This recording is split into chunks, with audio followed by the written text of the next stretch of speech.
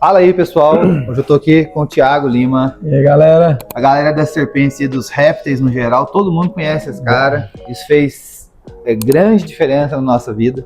A gente tava aqui agora já falando em off.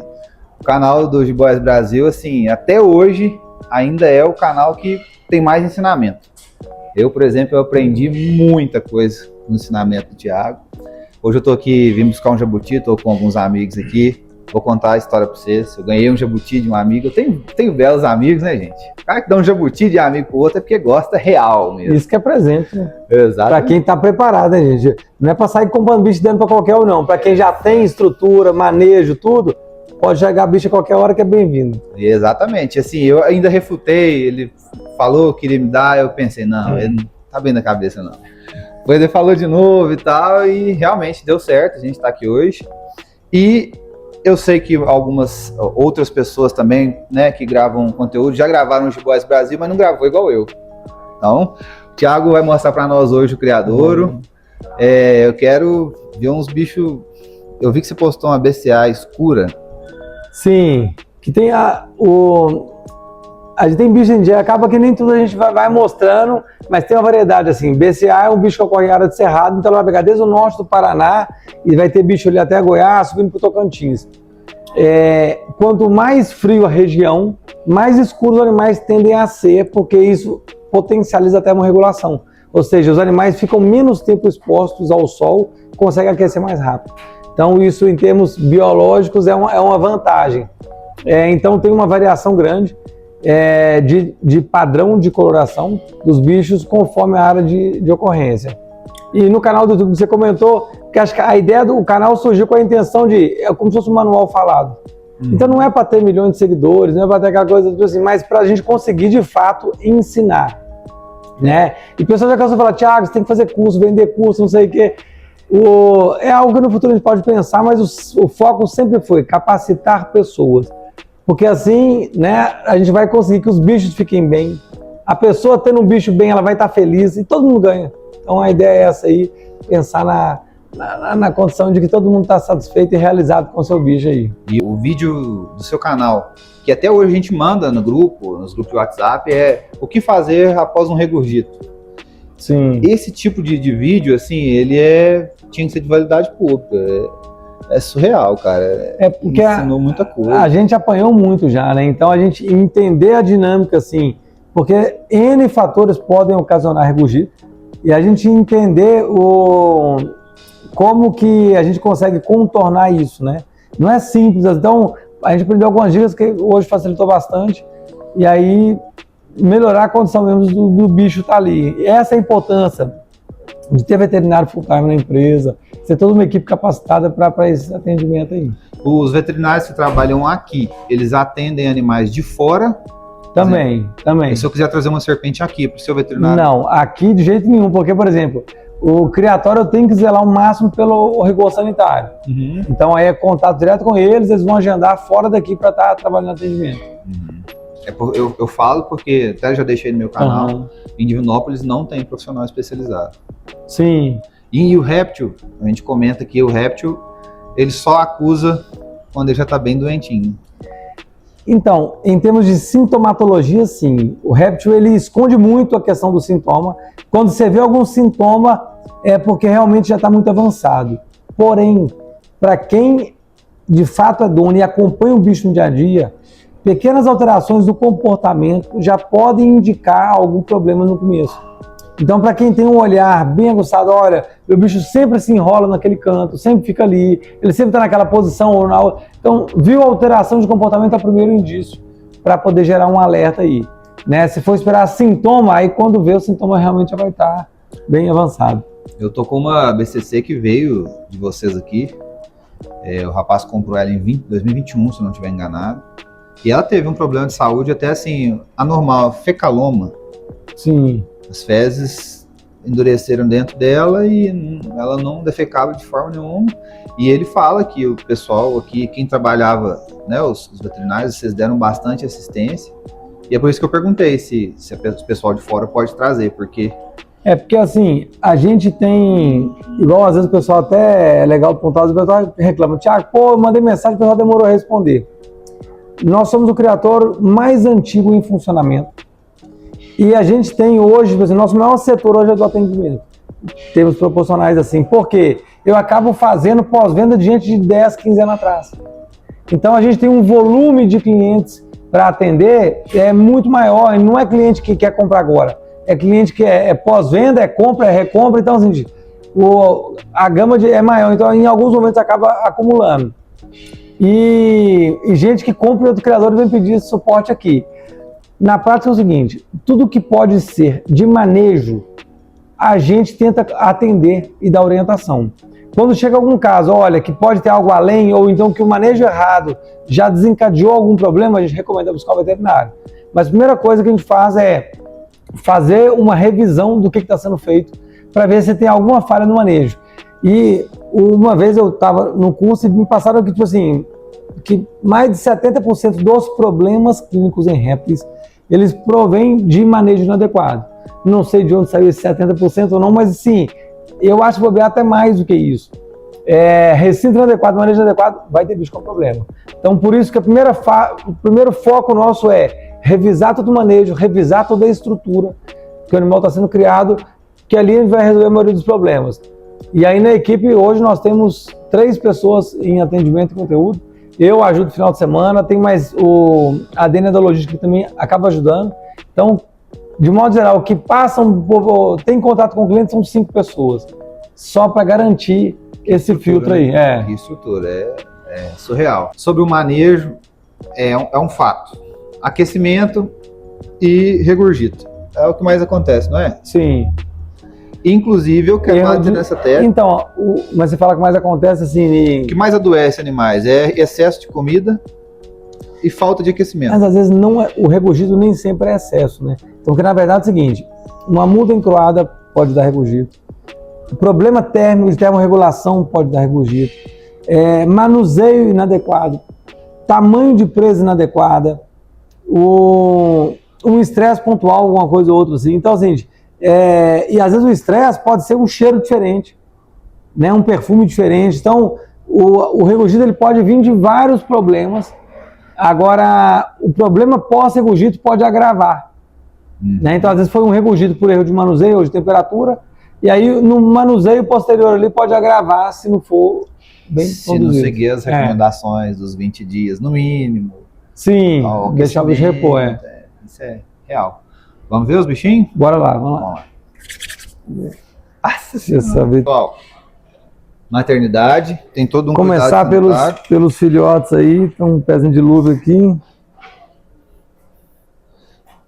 Vamos lá, ver os bebês. Aqui, essa maternidade aqui estão só as boas, né? Então só BCC, as boas dessa temporada. E tá tudo vendido já? Não, aí na verdade assim, tem bicho que a gente vai liberando gradativamente, né? Uhum. Então na prática, por exemplo, esse animal aqui, se ele tiver uma recusa hoje, a gente suspende a venda dele por 60 dias. Ele precisa estar comendo 60 dias ininterruptamente, sem nenhum problema. Uhum. Então aí, beleza, 60 dias comendo uma vez por semana, uma vez a cada 10 dias, está liberado para venda. Isso depois de passar o tamanho, tem que estar comendo rato descongelado. Né? Então ele começa a comer neonato vivo, depois ele vai para o recém-abatido, depois ele vai para o descongelado. Então passa por toda essa etapa. Está comendo descongelado consistentemente, 60 dias sem nenhuma intercorrência alimentar, a gente libera. Então por isso que varia. E aí tem bicho que libera com 4, 5, 6 meses. Ah, minha cobra tem 8 meses, 1 ano você liberou agora. Sim. Ou porque realmente eu tinha outras antes para vender, ou porque de fato ela uma recusinha ou outra ali que vai atrasar na entrega. E você espera, né, aquele mesmo processo, espera fazer a primeira muda. Né, toda alimentação só após a primeira muda. É um bicho bem claro, né, esse aqui. Sim. Bem claro. Aquele lance do padrão nordestino ser mais acinzentado, no filhote você não consegue ver muita diferença não, né? Não, na verdade no filhote você vai ver pela diferença de, às vezes, a tonalidade das células do corpo. O bicho do Nordeste, ele puxa um pouco já mais para o marrom. Mesmo ele sendo predominantemente cinza, você vê que a célula não é às vezes preta ou um cinza escuro. Ela é mais clara. E as manchas caudais, elas também puxam para o marrom, ao invés de puxar para o boninho ou vinho. Bonino é da minha época, né? Então é cor de vinho ou vermelho, assim. E fica, e pelo que eu entendi, né? Claro que eu quero esclarecer isso. A cauda da nordestina, ela avança menos o head, não é isso? Não. Na verdade, porque aí já não é head, né? Já as manchas caudais. Certo. A quantidade de mancha caudal é a mesma coisa. O que vai mudar é a cor das manchas. Fica mais alaranjado. Ela mais pode marrom, puxar para um cor de tijolo assim, marronzado. E a outra, as amazônicas, vão puxar para uma cor mais vinho, mais vermelho. E aí depois, num vídeo seu, você diz que depois dos 10 anos, a amazônica fica escura. A amazônica tende a escurecer mais, porque na verdade, na área florestal, a insolação é menor. Porque você tem mais área sombreada, a insolação é menor. Então o bicho, naturalmente, mais escuro, ele também vai absorver calor mais rápido. E o bicho adulto, ele precisa absorver, ele tem muito mais necessidade de calor do que o filhote. Ele demora mais a aquecer do que o filhote. Então a tendência é que ele seja um pouco mais escuro. Bicho do Nordeste tem uns bichos com a cauda até preta. Os ocelos caudais pretos. E confunde um pouco com a boa atlântica hoje, né? Porque ela também tem a cauda mais escura. A boa atlântica é uma polêmica grande, assim, porque a maioria do que era BCC Nordeste hoje é a boa atlântica. Então, em tese, quando você pega, você tem o Brasil, mapa do Brasil, você tem o espinhaço, a cadeia do espinhaço. Em tese, do espinhaço para a região atlântica, em direção ao mar, boa atlântica. Do espinhaço para a esquerda, você teria ali a constrictor em cima e BCA embaixo. Só que o espinhaço não é uma barreira genética, porque tem fluxo gênico. Né? Sim, não, assim, porque os bichos passam. Você pega na Bahia, por exemplo, na região alta da Chapada, você tem a região do Mucugê. Lá em cima tem jiboia. Então, ou seja, ainda tem fluxo gênico entre as populações, não teve um isolamento completo. Então, apesar de você ter uma variabilidade genética de 5% de diferença entre boa atlântica e boa constrictor, ainda tem fluxo gênico. Então, essa variabilidade genética, essa diferença genética, ela vai reduzindo à medida que aproxima. O estudo EVADO foi um estudo até bem consistente, mas o autor relatou para mim que, na época, assim, a dificuldade dele de conseguir boas amostras de BCC. Porque o pessoal, todo mundo já conhece, jiboia é um bicho conhecido e o pessoal fica com dó de fazer eutanásia e colocar em coleção científica. E as coleções são importantíssimas para o conhecimento da nossa biodiversidade, né? Então, o pouco acesso que ele teve a amostras genéticas, dos que ele analisou, tinha uma diferença considerável. Então, o que deu base para o trabalho. E aí a BCA ter elevado para BCC, o que você diz? Na verdade, não é que elevou. Houve uma revisão, isso foi até antes. Foi antes desse antes desse da Boa Atlântica, uma revisão de boa constrictor e algumas subespécies, e viram que geneticamente BCA ela deu dentro de boa constrictor, ela não deu diferença que validasse a subespécie. Apesar de serem muito diferentes. Isso num estudo de fora do Brasil. Tá? O pesquisador do Museu Nacional, o Paulo, comentou que existe diferença também, ele encontrou características que validam BCA. Então, assim, ainda o estudo está em trânsito, ainda tem coisa para sair, acho que o doutorado estava sendo feito, então tem coisa para ouvir ainda, temos que aguardar. E morfologicamente você vê assim, parece que ela é mais parruda, não parece? Assim, pra gente que está acostumado a ver o bicho, a gente vê que tem diferença, ela é um bicho no tamanho médio, menor, estrutura corporal dela é mais corpulenta, é um bicho mais musculoso assim. E a BCC, como um bicho fica maior, ela é mais esguia, né? Ela cresce mais para depois encorpar. Alguns quarteirões da minha casa tinham uma BCA há poucos dias agora, em Divinópolis, no loteamento. Sim. Eles estão limpando lá e apareceu uma. Olha lá. Eles deixaram ela embora, pelo que eles falaram. Lá em Divinópolis tem uns setas, então é o seguinte, se está em área urbana, o meu conselho é recolhe e manda para os setas, né? Ou chama um bombeiro, alguém para tirar, porque muitas pessoas têm consciência, mas infelizmente outras ainda não têm consciência e entendem aquilo ali um risco. Né? A pessoa não sabe diferenciar uma cobra da outra, tudo para eles, cobra remete a perigo. Sim. Então, em termos de proteção, eles vão acabar matando. Então, dentro de área urbana, acho que o correto seria, de fato, recolher e destinar para um setas, que o setas vai fazer a melhor triagem e soltura. Ou soltura ou destinação. É o que a gente tem que fazer, trabalho de formiguinha. Um falando, outro falando. E o que eu brinco é o seguinte, todo mundo que adquire um animal de estimação vira um mini educador ambiental. Porque naquele contorno ali, as pessoas começam a entender que nem toda cobra é perigosa, que assim, que alguns bichos podem ser mansos, podem ser dóceis, então já é um grande trabalho de mudança de percepção ambiental também, ter bicho em casa. Com certeza. Eles vão botando coraçãozinho assim no que elas acham mais bonito. Caramba, velho. Tá vendo aí um bicho já bem branquinho? Olha só, cara. Muito claro, hein? Aí ela tá de barriga cheia, tá vendo? Não pode mexer muito, não. Outro bichinho marcado aqui. Olha você. Tom... Marcação bem clara, né? Esse bicho ficou com a mancha bem marcada, assim, diferente. Tipo como se tivesse um pouco esfumaçado por cima, assim. Ela tem tipo um segundo tom aí. Expressão, bicho. Aqui tem uma também com uma marcação. Aí é mais escuro mesmo, tá vendo aí, ó? Pra você ver as manchas caudais já bem escuronas. Bem escura, cara. Bem diferente. Tem um lance desses padrões mais escuros, chama padrão suriname, ou é impressão minha?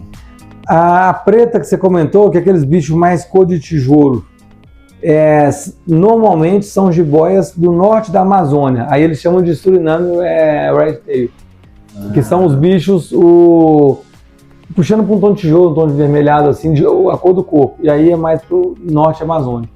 A gente estava comentando em off, a Cleópatra é neta da preta.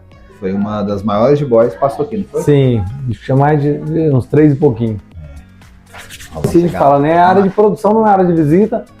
E a gente abre pontualmente, às vezes vai gravar um conteúdo, uma coisa assim, e visita técnica, né? Então são alunos de graduação e pós-graduação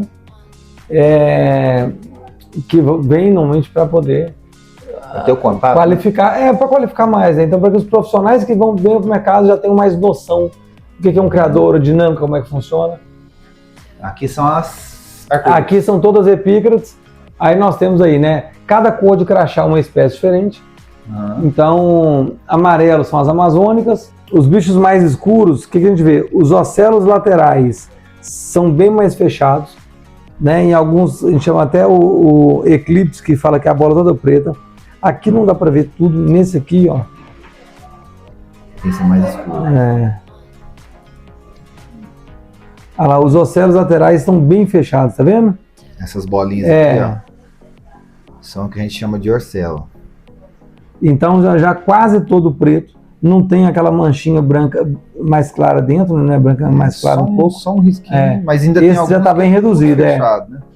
Então, por exemplo, esses bichos são a base do preto. Esse bicho aqui vai ficar bem preto. Não sei se vai dar para ver no vídeo. Aqui, ó. Tá vendo que a cabeça ela tem uma cor diferente do corpo? Sim, é mais escuro, né? Tá vendo que a cabeça é mais escura? Então esse é um indicativo do bicho que vai ficar preto. É bem diferente a marcação. E ele reduz a quantidade de vermelho, Então na Sêncria a gente tem o marrom, tem a mais amarronzada. Na verdade a gente tem ali o padrão selvagem, que né, de partir daquele bicho um pouco roxo, assim. A gente tem na natureza o bicho vermelho. Então, o selvagem mais pro roxo, o vermelho pode ter um bicho um pouco mais amarronzado, mas é menos comum em Sêncras, o cor genética selvagem. O bicho que é preto já é uma seleção nossa. E o laranja, sim, a gente fixou. A gente lá atrás recebeu um bicho mais de 20 anos atrás, e para fixar demorou 12 anos. Então, a partir de um bicho. Aí foi cruzando, depois voltando cruza para conseguir fixar o laranja, que é um recessivo, a mutação mesmo fixada. Então seriam hoje pelo menos 4 padrões aí. Esse aqui é laranja? Não. Esse bicho é um bicho mais claro, mas não é laranja. Ainda não é o... Não. Porque o laranja, a cor do ocelo dorsal é a mesma cor do fundo. Se ele tivesse, tá vendo esse ocelo dorsal? Se o corpo todo fosse dessa cor, aí seria laranja. Que top, hein, cara?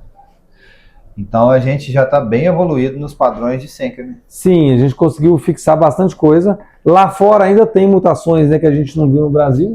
Albinismo? Da amazônica o albino. Mas Maurus tem leucístico, tem caramelo, tem hipo, tem Várias mutações diferentes mesmo. São muitos anos, né, Thiago? Eles trabalhando, né, cara? E a gente... Muitos anos. Muito tempo parado, né? E lá fora o governo ajuda. Então, por exemplo, o bicho mutante, ele não tem valor para conservação. Não tem. Porque ele foge, porque ele foge do padrão da espécie.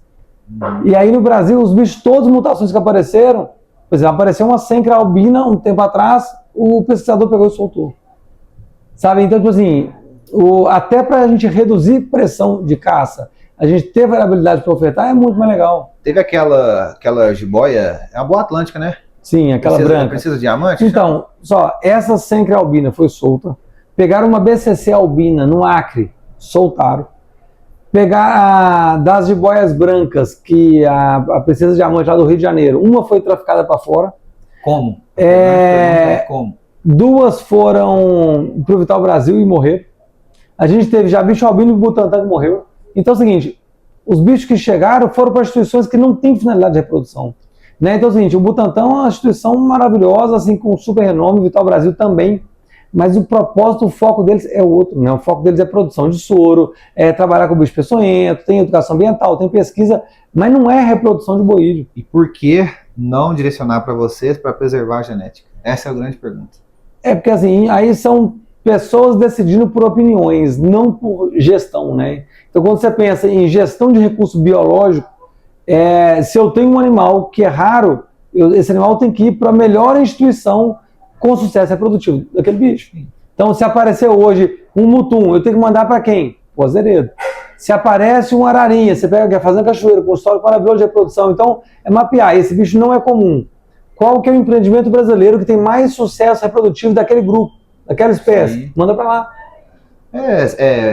Vai salvar a genética, né? Quem não queria ter uma jiboia genética, para fixar a genética, Tanto para pet, que muita gente se interessa em ter um bicho leucístico, igual a princesa diamante, se eu não tiver enganado. É leucístico, E isso seria, para nós que gostamos, isso seria magnífico. Mas, sim. infelizmente, o Brasil... A arco-íris da Mata Atlântica. Eu quero uma dessas. Que é um bicho, assim, fora... Para mim, nossa, velho. É a mais top, não tem jeito. Para quem não conhece, a Higrófilos, ela é uma subespécie de cencra, não é isso? Então, na verdade, hoje, a Higrófilos, ela era uma subespécie, ela foi sinonimizada com espécie. Então, na prática, aquela subespécie não existe mais, ela hoje é epícara de cencra. Mas são populações de ela é uma população de cencra da Mata Atlântica. Até a gente apresentou para os pesquisadores algumas diferenças morfológicas que existem no estrutura reprodutivo desses bichos, que eles não tinham conhecimento, porque se você trabalha com bicho fixado, às vezes é difícil de avaliar. Mas as fêmeas de epícaras e higrófilos, elas têm hemipênis não funcional. Né? A gente chamava até de hemiclítoris, eles falaram que não, chega a ser um hemipênis não funcional. Então, é uma diferença morfológica nesse patamar, é algo que realmente é um indício de especiação. E essa espécie só vocês que trabalham, né? Hoje o maior plantel é nosso, Muito legal, ela é muito diferente. Sim. Ainda terei. E aí tem arco-íris do Cerrado. Crassus. Essa tem na nossa região. Lá em Divinópolis já apareceu também. Um bicho do Cerrado.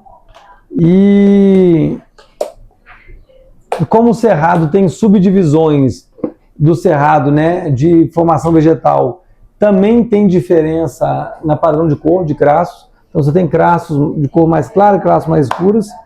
Arco-íris da Caatinga. Essa, nossa, linda demais, né?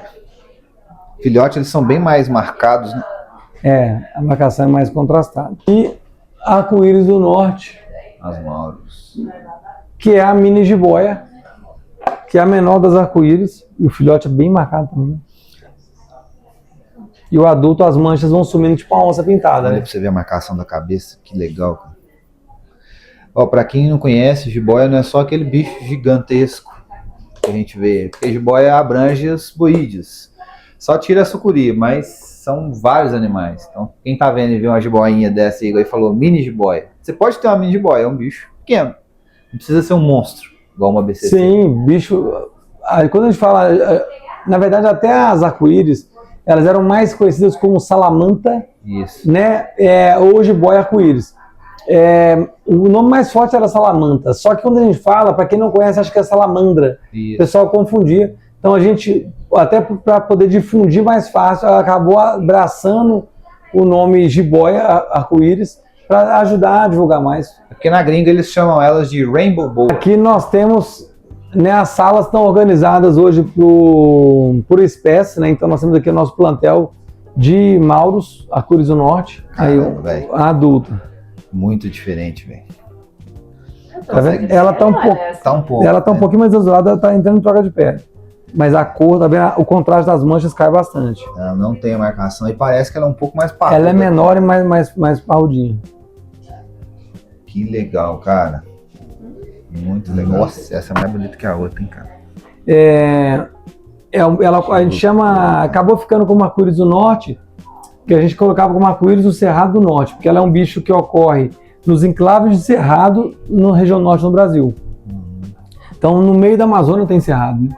Então, você tem manchas de cerrado ali. E ela ocorre fora do Brasil também, né? Ela pega o norte, as áreas de cerrado, ela vai pegar Suriname, Guiana, Venezuela e Colômbia. Minha equipe tá no manejo. E aí, pessoal? Tudo bom? Boa tarde. Estou aqui na hora da limpeza. Tá a sala aqui só arco-íris da Caatinga. E aí agora é período de acasalamento, então tinha até 2 bichos na caixa. E aí tá pesando tudo para acompanhar aí o desenvolvimento dos bichos aí. Pra quem não sabe, gente, esse é o Ares. A gente tem aí no canal. Bem do Ares. A gente divulgou muito, assim, como é um bicho que a gente criava bastante, né? Sempre criou bem. E assim, era mais comum, mais barata e é super dócil. Então a gente sempre trabalhou há mais tempo, assim, até como um dos bichos mais indicados. Então difundiu bastante, né? Eu falo bastante isso no canal, falo para a maioria das pessoas. Eu tenho recebido gente que vê o conteúdo e aí o pessoal pede para ir em casa ver os bichos. Sempre eu falo, esse aqui é o pet dos pets. Assim, porque já tá bem difundido já. É um cachorro dentro de uma cobra. Melhor do que a Bol. Eu também acho mais dócil do que a Bol. Assim, em termos de docilidade, eu não sei, assim, esse é um bicho mais voraz. Então é mais comum a pessoa não seguir à risca a orientação de alimentação, a chance dela ter uma mordida por erro de manejo é maior. Por causa até de espaço, então, o único assise que nós temos nessa sala tá aqui. O pessoal botou o nome de Thaís, então porque eu nunca tinha, eu vou mostrar. E aqui as Crassus. Então, um plantel de Crassus nosso aí. Vamos mostrar uma Crassus pra gente. Será que dá pra gente ver uma Crassus adulta? Não dá pra manusear por causa do acasalamento. Não, por causa dos ratos na sala aqui. Nós vamos ter uma mordida com certeza. Olha só. Olha que padrão de... Isso, por exemplo, essa é uma Crassus de área de cerradão que a gente fala, que é um cerrado mais aberto. Então a área ela é mais clara. Esse é um bicho de área mais florestal, então um bicho mais escuro. E a gente conversou em off ali e eu ouvi de você falar a sua opinião sobre isso. O que você acha hoje? Que o pessoal tem errado muito nisso? O pessoal superalimenta mesmo? Cara, assim, é a exceção da exceção, né? Então, por exemplo, você chegar na sua casa, cachorro. Quantas pessoas deixam um pote de ração pro cachorro o dia inteiro? Quase todo mundo. E tá errado. Tá errado, exatamente. Porque você tem que dar uma dosinha de ração de manhã e uma dosinha à tarde. Concordo. Então, o animal, assim, obeso, né, o sobrepeso em si, ele poderia ser uma condição de maus tratos? Sim. Só que não intencional, não é aquele maus trato, eu quero sacanear o cachorro. Então, não é crime, não tem dolo. Mas o que a gente fala é o seguinte, ela até mudou um pouco da percepção, né? O que é superalimentar? Assim, lógico que se você tem animais que estão com indício de obesidade, você tem que segurar a comida. Então ela tinha indício de obesidade e beleza, e manteve o fluxo ali. Então esse animal em si mostrou que a espécie tem uma plasticidade muito maior do que a gente imaginava.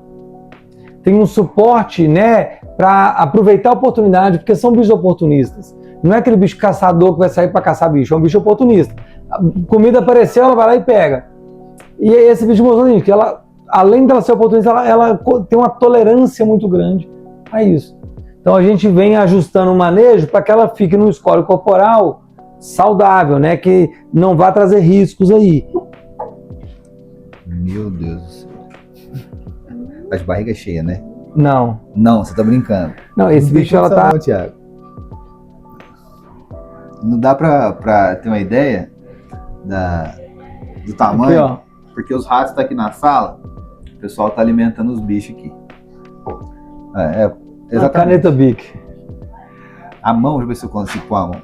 Olhem só pra vocês verem o tamanho dela próximo da minha mão. Isso é uma Assisi. E eu achei que ela tava de barriga cheia. Porque além dela ser grande, ela é dessa grossura, velho. Cara, Aí, é ó. muito grande, velho. O peso dela, 4,960 kg. Vamos botar 5 quilos. Ela chegou aqui com 7,200. Ela tava 2,2 kg a mais. Uma Assisi de 2,2 kg é uma Assisi gigante. Cara, o tamanho desse bicho, cara. Não dá. Não dá. Então, agora, é um animal que ela tá com 14 anos de idade.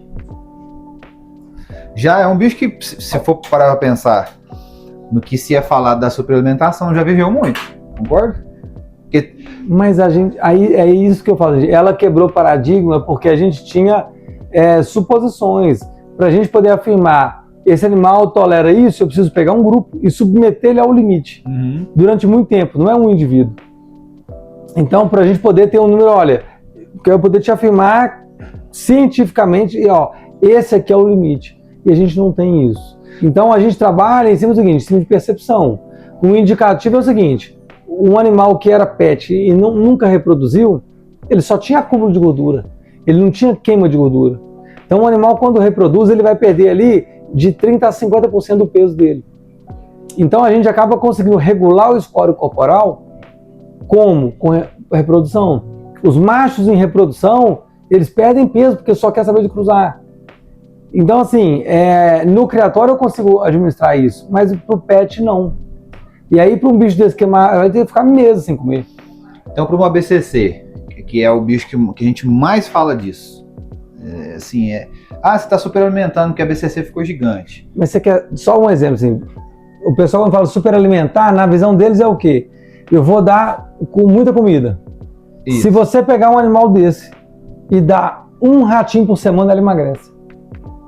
Sim, a conversão alimentar dela é... Não é sobre conversão alimentar, é porque na verdade, se eu dou um ratinho pequeno por semana, o gasto energético que a digestão exige é tão alto que aquele rato pequeno não supre.